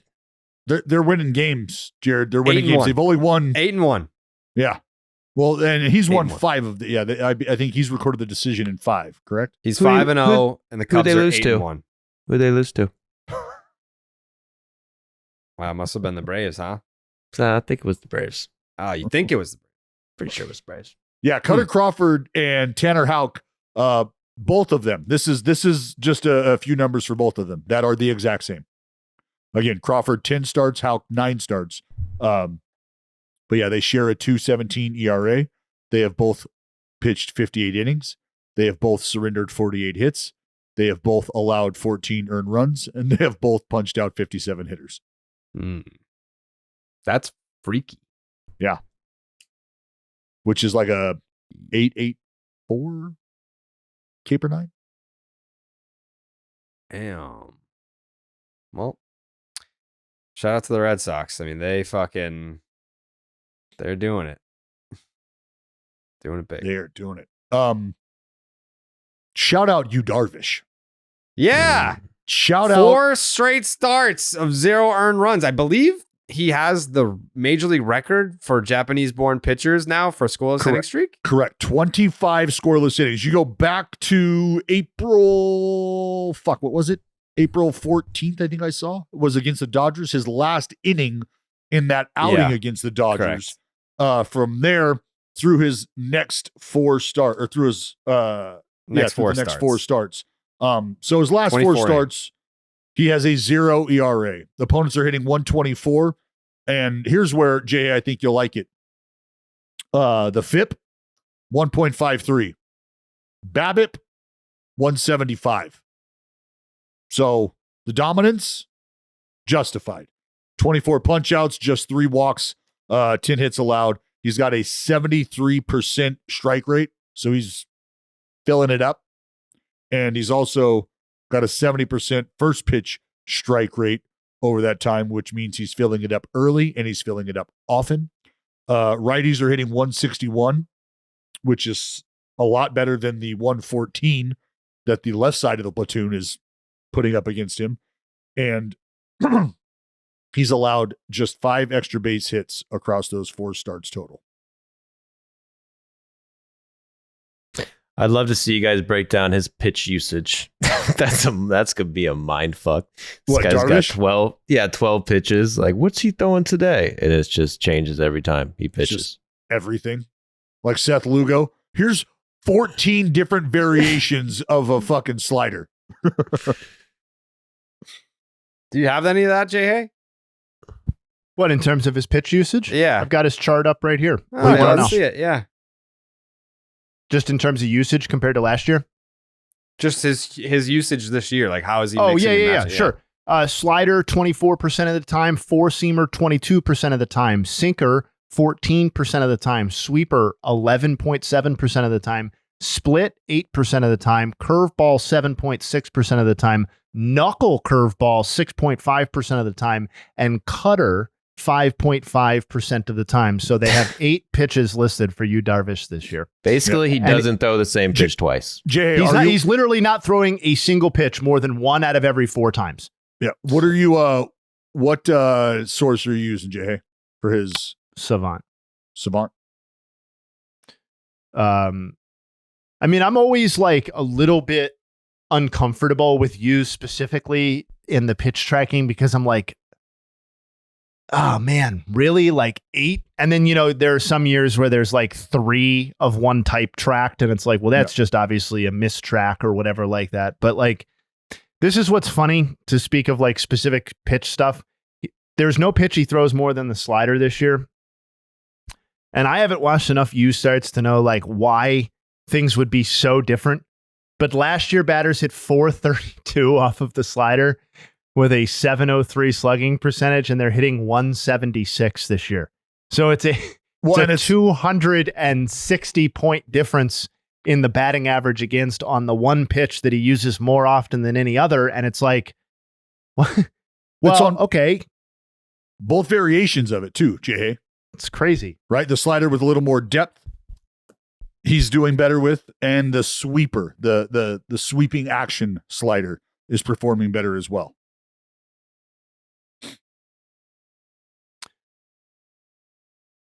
You Darvish, 4 starts, 24 innings, 10 hits allowed, 0 earned runs. He's only walked 3 batters to 24 strikeouts.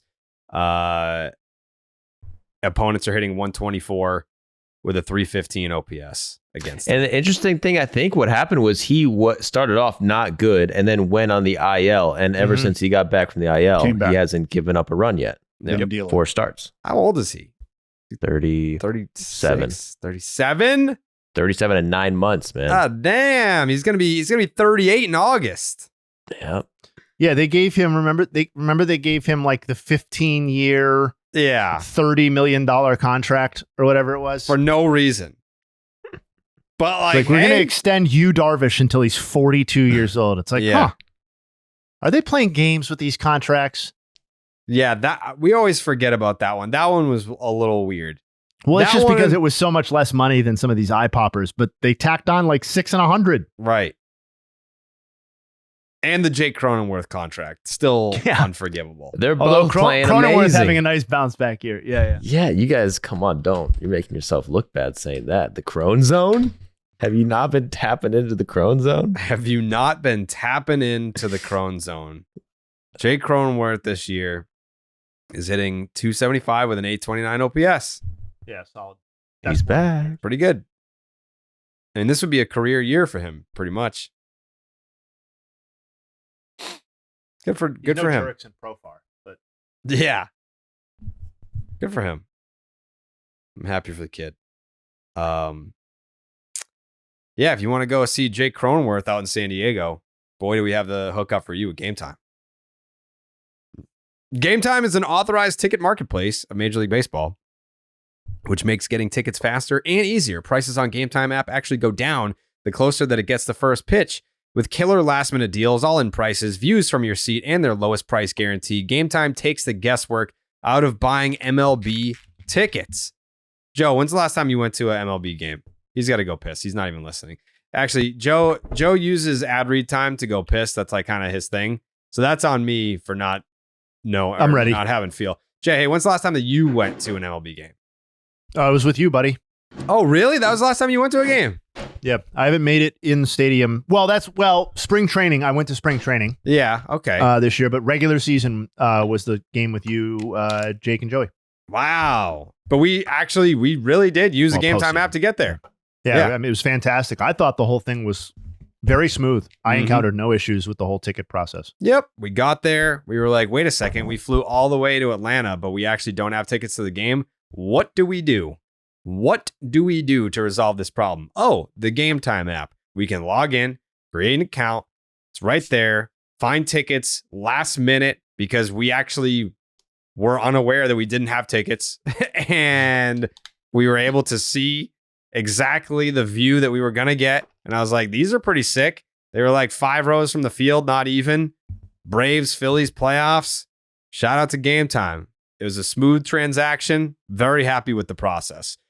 Save up to 60% when you're buying last minute tickets for sports, concerts, comedy, and theater.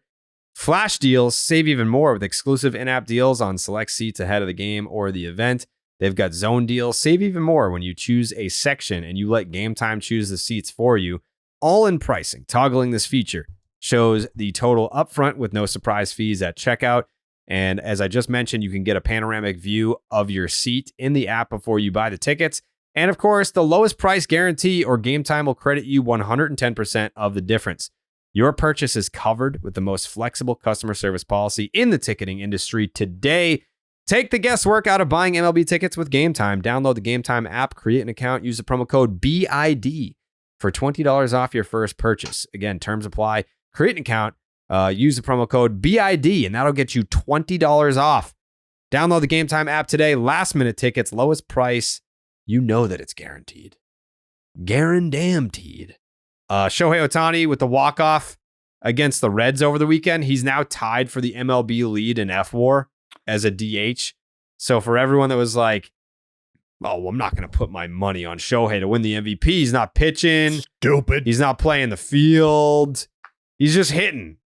And No- stealing. And stealing bags. No DH has Hey, ever won the MVP award. It's obviously without- not going to happen now, especially now with all these fancy new numbers. Without looking right now, what do you guys think? Because wasn't this a narrative like, Shohei doesn't get the big hit in the big situation. Shohei doesn't get that big knock when you need him. He doesn't come through with runners in scoring. But it feels like we kind of heard a little bit of that. Who the fuck said that? I was seeing it. I was seeing it. They may have been biased. I'm just Who the saying. fuck said that? Oh, Joe saw it. So Dodger haters, bro. Are these Dodger haters? do we Dodger think haters. Shohei has performed better in leverage at bats, in leverage scenarios as a Dodger or as an Angel?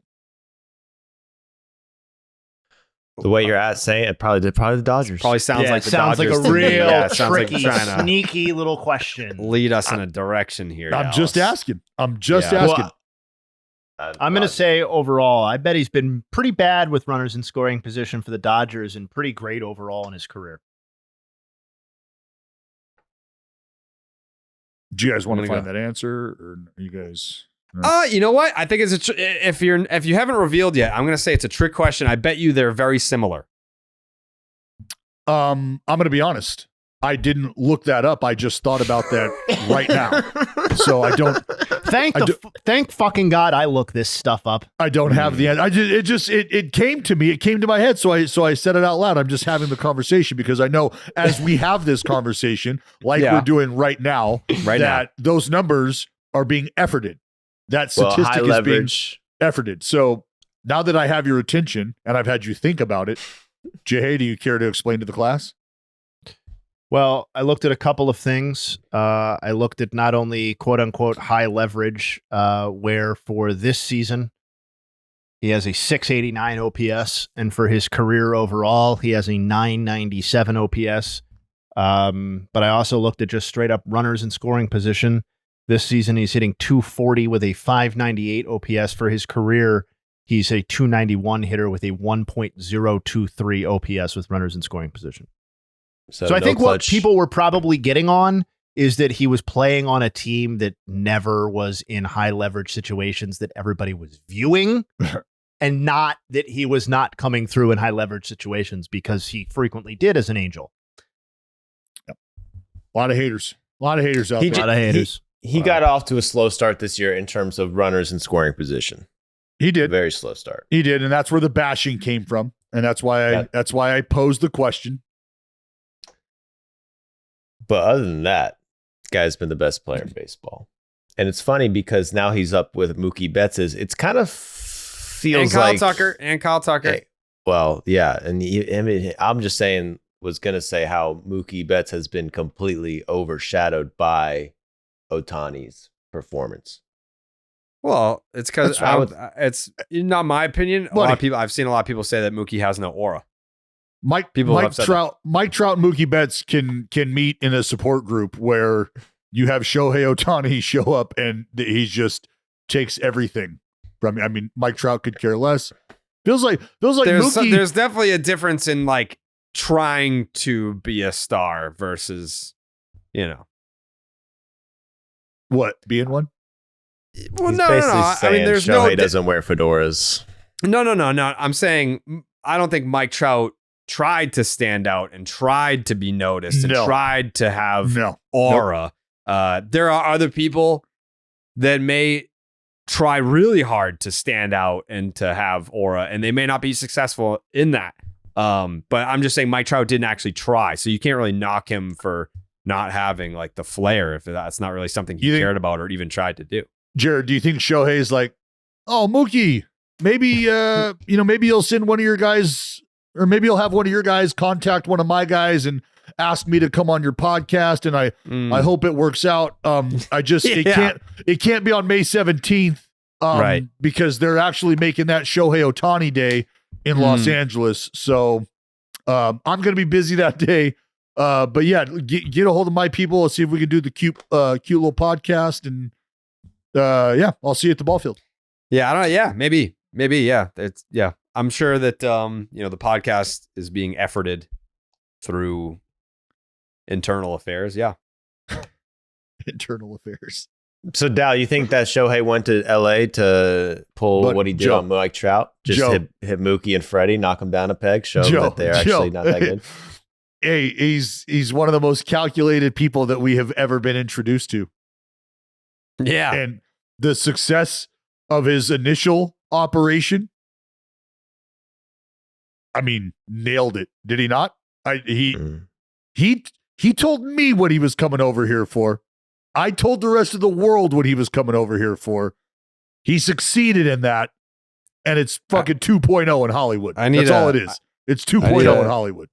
I need a button on the soundboard for the Dallas I told you so of the day. I need a button for that, like an alarm that just goes, I told you so. I told you. How many times has the general public been made privy to what's really going on here? Thanks to your boy. I wish he would have that attitude verbally. I wish that he would have not cockiness, not arrogance. Jared, he's standing up in the middle of the fucking local government hall. Like, hey, it's, how's it going? It's my day. They've given me a day here in LA just for being me. So he's so good that he's exceeded having to say anything about it. Like he doesn't have to say shit. We know. And like he's just up there in like your very simple, understated black suit, right? No flair, just nothing, just stoic. And here you go. The fucking model of excellence, the physical and numerical model of excellence. He makes Freddie Freeman look like a prick, just an asshole. Oh yeah. How is that, Joe? You know how hard that is? Freddie's like, bro, I love my wife, I love my family. I'm bringing him to the ballpark, and Shohei's like, it's probably your first mistake, man. Yeah, that's definitely why he went to LA. He's like, I'm gonna prove I'm the best baseball player in the world by saying I'm better than Mookie Betts, and then prove I'm also the nicest baseball player in the world and be nicer than Freddie Freeman. Yeah, wow. He's looking at all of the great characteristics of these players that baseball fans love, and they're like, oh, you remember the Mike Trout guy? Well, I showed you, right? I showed you better. Oh, you're a fan of Mookie? Oh, okay. And you say Freddie's a nice guy. No problem. Yeah. Hey, get on the horn. Tell the Dodgers we're coming. Tell him we're coming. It makes sense. That's why. Why do you think he got a dog this offseason? Why do you think he got married all of a sudden? Yep. That's a shot at Freddie Freeman. I'm the family guy. I'm the nicest guy in the league. I'm the Joe. nicest guy in the league. I'm with you. That dog, do we know? I mean, I get it's a King Charles, probably rescued though, right? Probably rescued. Mm. Guy like Shohei? Yeah, for 100%. sure. I know it's You a know purebred, Shohei but adopts. probably rescued. So If I don't Shohei know. didn't adopt, I'll be shocked. yeah, Shohei adopts. He doesn't shop. Yeah. What's his dog's name again? Decoy. Decoy. Joe all over. I knew it before Rosenthal, dude. You did. I knew it. You did. You had us guessing fucking hot dog names. Last couple things for me here. Got to give some love to my guy Judgy. Since getting ejected on May the 4th, 14 games, he's hitting .438 with a .565 on base, a .1063 slug. That's a .1627 OPS, 7 bombs, 9 doubles. He's driven in 14 runs in those 14 games. He's accumulated 1.8 FWAR, and his weighted runs created plus is 339. I've never seen a weighted runs created plus that high, but I didn't know you could do that. It goes to 3. Yeah, I didn't know that you could do that. But look, if Aaron Judge nobody's- has done that. If nobody's going to say it, I'll say it because it was a great opportunity and it was just crickets, and I'm really disappointed. But What? it appears as if the 4th is still with Aaron Judge. May the 4th be with him, Yeah. and it has remained Yeah. with Aaron Judge.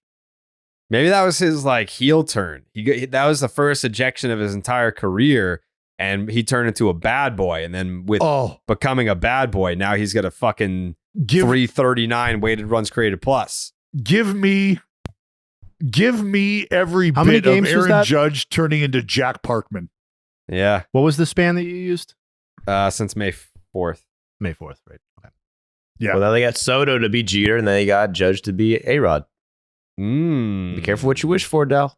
I don't Judge even know from the that 209. He does not have that in him. It's not in the DNA. Nah, Judge grew up with electricity. It's not the DNA. He did grow up with electricity. Yeah. He grew up in a much nicer area. Yeah. Exactly. Yeah, he's not a true 209er. He didn't grind like us. He didn't go to the fucking breakfast diners with the metal bars on the windows. He doesn't know about that. He doesn't know about that, Dell. You know that. You know that. Stop trying to make him look hard. He's not. He's from the mean streets of Linden. Yeah. Dude probably had a tutor. The whole 9 yards. Guys probably smart and shit, fucking cared about school. Fucking Yeah. guys. Yeah, dude definitely had a tutor. His parents never divorced. The whole deal. Dude did his chores, fucking homework, loser. Yeah. Yeah, dude definitely. He was in like the National Honor Society, I bet. Yeah, this guy's taking AP classes, huh? Yeah. Fucking 3-sport athlete, AP classes, fucking joker. Mm-hmm. Drama club. Yeah, he was on the debate team. Stockton High didn't even have a debate team. Mm-mm. No, because everybody was already in juvie. There was no Yeah. debate about it. Yeah. They were debating with the cops whether or not to plead guilty. Well, they were debating on whether or not we were going to be charged as minors or adults. Right. That's what the debate was. Yeah. Before we get out of here, I got to shout out Bailey Falter. A lot of hype for Paul Skenes, but Bailey Falter just had his longest outing of his career, 7 2/3 against the Cubs. He's pitched well over his last 3 days. And shout out to Max Fried. Over his 8 starts, if you take out the game against the Arizona Diamondbacks, which was not great, 4 1/3, 7 earns, he would be rocking a 2.78. It's a 3.81 ERA otherwise. Yeah, he's a little bit of a Yamamoto himself. A couple of bad. The first 2 starts were terrible. Since then, Yeah, he had like a 4-banger in there and then that 7-banger. Yeah, we don't want that. Yeah, I think the only other thing I had was the Edwin Diaz stuff. Play the trumpets. Everyone knows what's going on here, yeah? Yep. This was a report that was on TV. It was pretty telling. I can play a little cutsy from it. It's safe to say that as a description. I mean, this was something that, quite frankly, I've never seen before in a post-game clubhouse. Edwin Díaz did what he always does, good or bad. He stood at his locker, spoke to the media, answered every single question. But then when we were done with the post-game scrum, Díaz sat down at his locker, and all the emotion just came out. He put his head in his hands, and he started crying. Francisco Lindor had to come over, console him. Sean Reed-Foley was one of the other few players in the clubhouse at the time, and he came over and got close to Díaz, sat down next to him face to face, just trying to give him some support and reinforce that they still have his back. And I think from a media perspective, from a fan's perspective, things like that are really good to see as a reminder that these guys are human, that this matters to these guys. And I have, to be honest with you, I have not seen anything even resembling this since Wilmer Flores back in 2015. But this really is eating away at Edwin Díaz right now. He so badly wants to perform for the fans, for his teammates, for himself, for his family, and just right now he's lost that confidence. So I think from a Mets perspective, that's really the big goal right now, is not just to get that confidence back, but to try and alleviate some of that pressure, because Díaz doesn't just want to be good, but the last thing that he has to look back on is 2022, a season that, even if he had not gotten injured, would be almost impossible to replicate. And so they're trying to get that into his mind to say, hey, you don't need to be perfect, you don't need to be 2022, just go out there, have confidence in yourself, have belief in yourself, because we as an organization have belief in you. So right now, as you guys discussed, it's a temporary step back from the closer's role, but I think the plan still long-term is to get him back there, because the Mets still do believe that the Edwin Díaz of old is in there, the stuff is still there, and he'll get back to it sooner rather than later. Yeah, that's tough. Well, I mean, Edwin Díaz, kind of just how Steve Gelbs pointed out, I mean, it's been a long time. Like he missed the entire year, had that freak injury in the World Baseball Classic, missed all of last year. The most recent success you can point to is now 2 seasons ago. He got taken to the woodshed by the Marlins of all teams, gave up 4 earned runs, was only able to record 1 out. And that's coming off an outing where he had a blown save against the Phillies. He had a blown save the appearance before that, also against the Phillies. So yeah, it's been a real tough stretch for Edwin Díaz here, and the Mets are hoping that this is a situation where it doesn't take a long time for him to get his confidence back. Kind of like, I'll ask you this, Dallas. I know that you weren't like a closer or a bullpen guy, but how would you handle a situation where your all-star elite closer clearly it's not a stuff issue, it's not an injury issue, it's a confidence issue? Are you getting more confidence in a diminished role, or are you getting confidence by getting the ball and being like, we believe in you, go back out there and do it? Like I feel you're getting confidence in a diminished role, because yes, and here's why. Because it's not like you're asking Edwin Díaz to go down to AAA, right? And you're saying, hey, look, just take a little bit of a breather here. Like, we can't afford to have you at this level right now. You need to really figure some things out before you can be viable. That's not the conversation. We know who you are. We know what you're capable of. Right now, there seems to be a mental hurdle between what you are capable of and what you're actually doing. And whether or not that is pressure related, this is a way we can find out, and we're going to alleviate that pressure.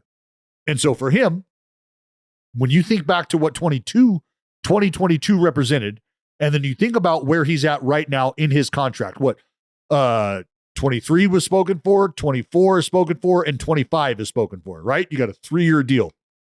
Well, he missed last year, and this year has unfolded the way it has now, where over his last 3 outings, it's 2 1/3, an ERA at 27. So telling him that he's not going to be locking down ball games right now is not removing his personality. It's not removing him from what he's there to be doing. I mean, in the moment, yes, quite literally, you're removing him from what he's doing. But big picture wise, from a macro perspective, what you're doing is getting him back to a place of comfort so that he can do what he's been doing his entire career, so that he can get back to being confident in himself, and from there can go out and serve the purpose. And I know there might not be a numerical attachment to this point or part of the conversation, but you have to give credence to it. If you are not, and that's why we talked about pitch selection and things of that nature with Alek Manoah. If you are not convicted in what you're doing out there and you're second guessing what's going on out there, you are already your own worst enemy before you throw a single pitch, because you're hoping that things go well as opposed to knowing that they're going to, and as opposed to hoping that they don't implode. Like, that's a very different approach to take, right? To go out there, it's like, are you going to play for the win or are you going to play not to lose? And from a closer's mentality, you cannot afford to go out there and play to not lose. You can't afford to go out there and throw pitches and hope that they don't get whacked. You better be going out there telling the hitter what's coming and how it's going to end up. That's the difference in mentality right now. And when you don't have the confidence to go out there and stare down 2, 3, 4 in the big leagues, then you're just not ready to go out there and get the 2, 3, 4 guys out. And that's a purely mental hurdle that has to be cleared. It has nothing to do with stuff. It has everything to do with knowing I'm in the right place mentally. I know what my job is. I have compartmentalized and I have clarified all of these thoughts, and I can now go and execute this one pitch, ready, go. And then you got to get back on the mound and you got to clear all those thoughts, get ready to execute this one pitch, ready, go. And right now the water's just too muddy for him to be able to clearly see where he needs to get to. And so you take him out of that role. You, as you said, diminish the responsibility, but you do not diminish the role per se. And the role is for Edwin Díaz to be a presence and to be a high leverage outgetter for us. And it's just a matter of time before he turns back into that. But we have to protect him and we have to get him to a place where he can unearth that guy again. And we're doing nobody any favors if we just continue to run him out there in a high leverage spot where he can't perform and he's not ready to perform, because the team will suffer, he will suffer, and we really run the risk of completely or potentially damaging this dude down the road. And I mean psyche-wise. You know, yeah. I'll bring this up because I talked with Trevor at length about it. And you remember last year, Trevor May with the Athletics went on the injured list, just dealing with some mental health stuff. And it was about, you know, being in certain situations early on where he felt like maybe he wasn't performing well enough to be put in those situations. Maybe he wasn't ready for those situations. And he addressed that. And then his first game back off the injured list was like fucking tie ball game, runners on base. Here we go. And he bounced back beautifully and performed well the rest of the season. So it can be just that little moment where guys need to take a step back and be put in a different situation that allows them to breathe and rediscover themselves. And then they hit the ground running again. I mean, we're not that far removed from his first 10 appearances of the season. 9 2/3, only 4 hits allowed, 1 earned run, 4 walks, 14 strikeouts, had a 0.93 ERA. Opponents were hitting a $1.21 with a 4.23 OPS. So I would be far more concerned if he started the season like this. Like if he had missed a year and then came back and looked like how he's looked in his last 3 outings, but he started the season dominant. So when we kind of like look at the Mets situation of we're hoping that this isn't going to take a while, I'm sure that there are some negative thinking Mets fans that are like, well, it's going to take a while. It's going to, like, there's no way he just bounces back from this. I would look at that. It's a 10-game sample and it's his first 10. We're not taking an arbitrary in the middle of his season. Here was a stretch of 10 games. It was his first 10 games. He looked really good. Well, dude, I mean, like, I think about the Pirates and like some stuff that happened with David Bednar early in the season, right? There was a stretch like middle of April towards the end of the month where things were not good. Things were not good at all. And what happened? Rowdy Tellez got in front of the camera and said, look, I understand that you guys have your opinion and you're going to boo this dude and say what you got to say. This is our fucking closer, man. It's our all-star closer, okay? Dude's going to be right. It's early. Give him a break. Give him a breather. and I promise you're going to see this dude resurface again and do what he's capable of doing.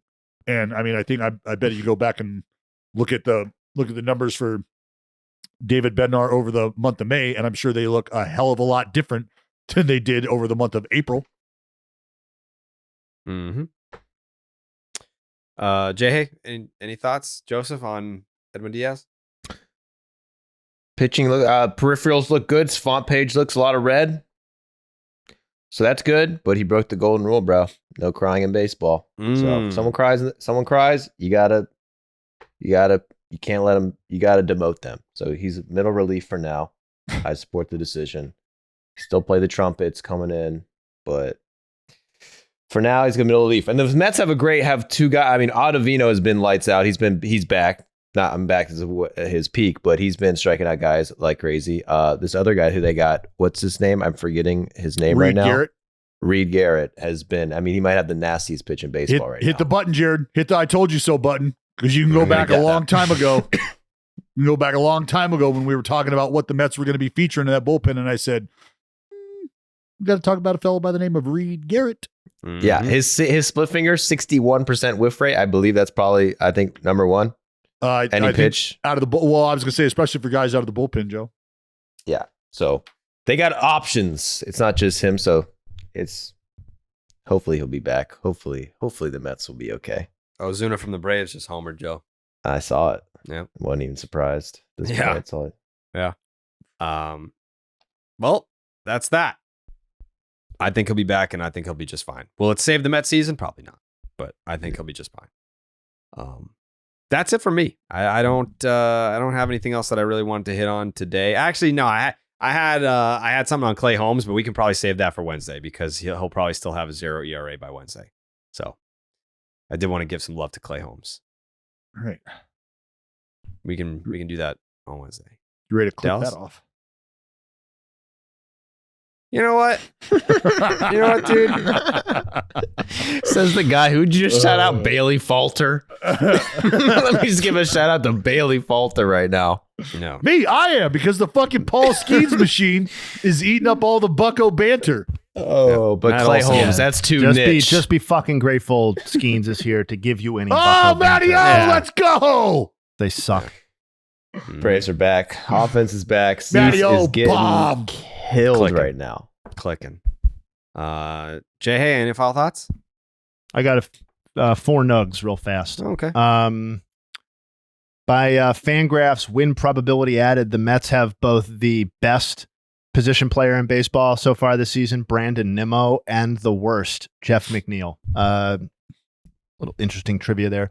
Emmanuel Clase, 0.39 ERA and 13 saves. Here's some context for you on that. He's the 10th pitcher ever. Of course, saves have not existed forever.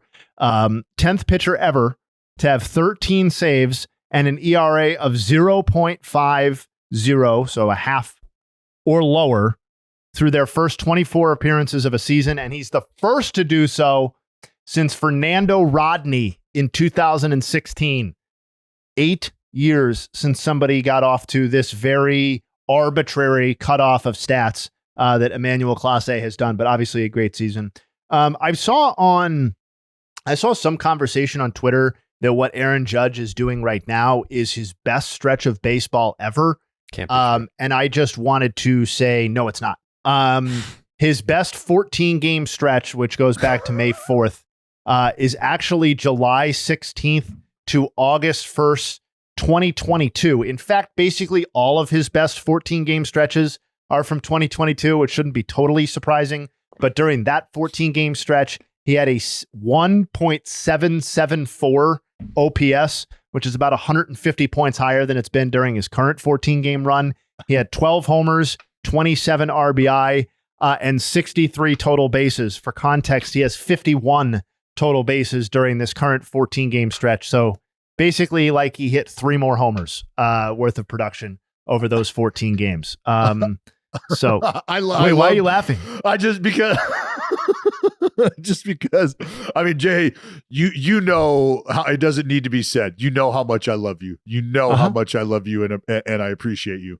And you know how much you are, to me, one of the biggest fucking nerds on the planet. But I love this about, I just love it about baseball because, and how long have I been wearing Jared out about it too, right? Your fucking arbitrary date looking up ass. Oh, yeah. Well, and that's what baseball is. But absolutely. Absolutely. That's why I'm laughing, the humor that comes along with it, because these are the things that we look at that you're like, all right, I heard somebody talking about Aaron Judge having a good run at it. Listen, asshole. That's your 14-game sample. Actually, let me tell you, here's the best 14-game sample. I just love that about our game. I love that about our game. And that's the beauty of baseball in 2024 is you used to have to sit in a bar and hear some blowhard tell you about how this was the best Aaron Judge has ever looked. And now you can just hop on fucking Baseball Reference, run Span Finder, and be like, nah, man, it's his 14th best 14-game stretch, actually. So I will have a double. Yeah, make it a double. Yeah. Lastly, you're a lot of fun to talk to, man. See you later. Bye-bye. Ranger Suarez goes tomorrow. So by the time we podcast again, he will have pitched. I know you guys were talking about the appointment views. I agree that he doesn't rise quite to appointment viewing yet, but he is a guy that I'm tracking on a statistical level every time. As a reminder, he is 8-0 with a 1.37 ERA through his first 9 starts of the season. There have only been 3 pitchers in the live ball era to have 9 wins and an ERA of 1.50 or below through their first 10 starts of a season. Those 3 pitchers are, you may recognize them from other lists, Ubaldo Jimenez, 2010, Juan Marichal, 1966, and Sal Magley in 1952. Those are the only people who have combined ERA and wins like Ranger Suarez has the opportunity to do Tuesday against, I believe, the defending champions, the Rangers. So that's kind of fun. And those are my nugs. So we'll see whether he joins that illustrious list. Wow.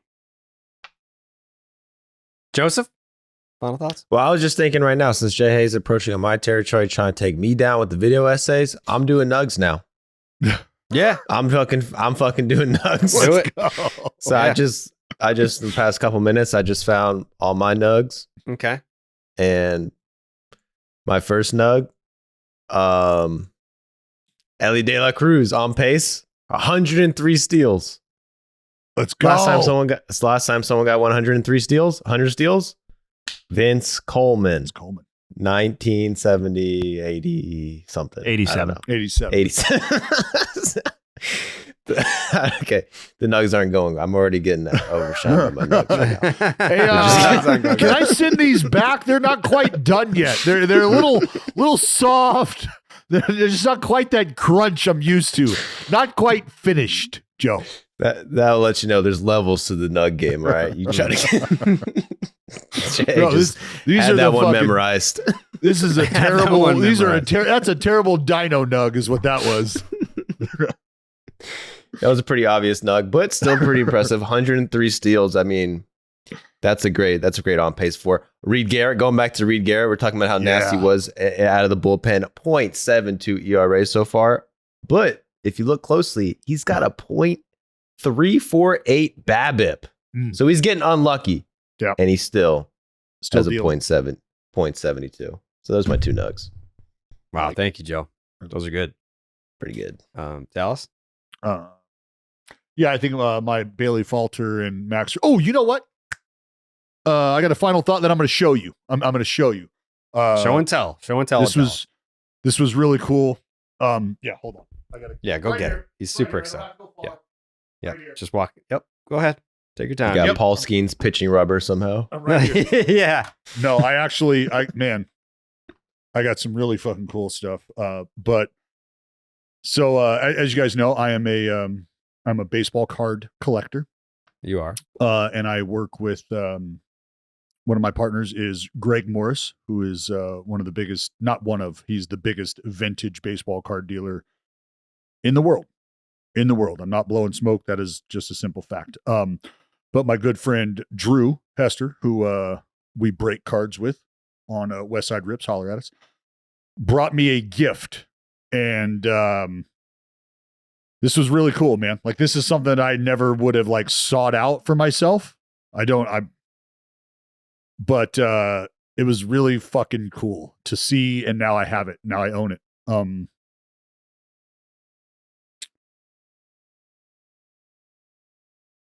I see it's a Yankee ticket. I can't really make out the rest of it. It is from the 1956 World Series.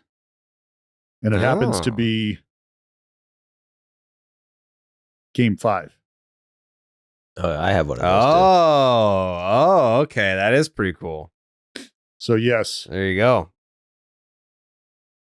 this is a ticket stub from Don Larson's Perfect Game. Mm-hmm. Too. How much that cost? I couldn't tell you, Joe. Ooh, I mean, free. I haven't looked it up or anything. But yeah, it was given to me. So that's my final thought. A piece of history that has come my way. Compliments of my good friends that I was never really even on the radar, but holy shit, man. It's really cool to even hold for me. Like it's nuts. It's fucking nuts. And I was also given a sweet Roberto Clemente and a sweet Jimmy Fox. But the take home message there is that guy right there. That's sweet. Upside down, but yeah, that's pretty cool. Now you got to collect ticket stubs from every perfect game. See, that's You start with one, and then you're like, "Fuck!" Now I need them all, or this one's That's gonna what I- look weird by itself. that's what I told my buddy. I said, you know how bad my OCD is. Yeah, Like Now you now have to give me- like what you've Now you just need done them to all. me. Well, just call your collection the ones that happened in the postseason, and then wash your hands of it. yeah. You know what, There you Jayhay? go. OCD taken care of. There you go. So, hey, you guys want to see my collection of postseason perfect game ticket stuff? Check it out. Whole collection right here. Ooh. Yeah. Look at that thing. That away. Jake's takes. We got to wrap this up so I can get back to teaching Dallas how to send videos over the internet. Yeah. Yeah, you're right. Fucking dick.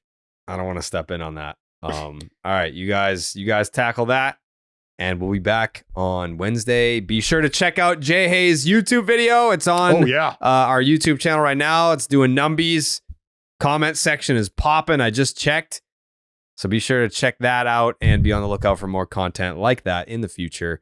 Thank you for watching Baseball is Dead. Thank you for listening on your podcast platforms. And we'll see you on Wednesday. Bye-bye. We gone.